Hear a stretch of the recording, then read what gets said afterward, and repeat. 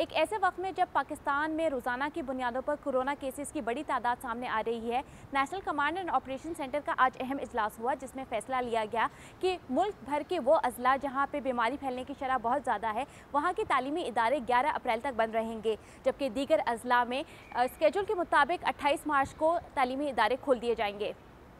इस सिलसिले में पंजाब की हुकूमत की जानिब से फैसला किया गया है कि सूबे के 9 अजला जिनमें लाहौर, मुल्तान, सियालकोट, फैसलाबाद शामिल हैं, इनकी तालीमी इदारे 11 अप्रैल तक बंद रहेंगे। इसके अलावा इस्लामाबाद की भी तमाम तालीमी इदारे 11 अप्रैल तक बंद रहेंगे।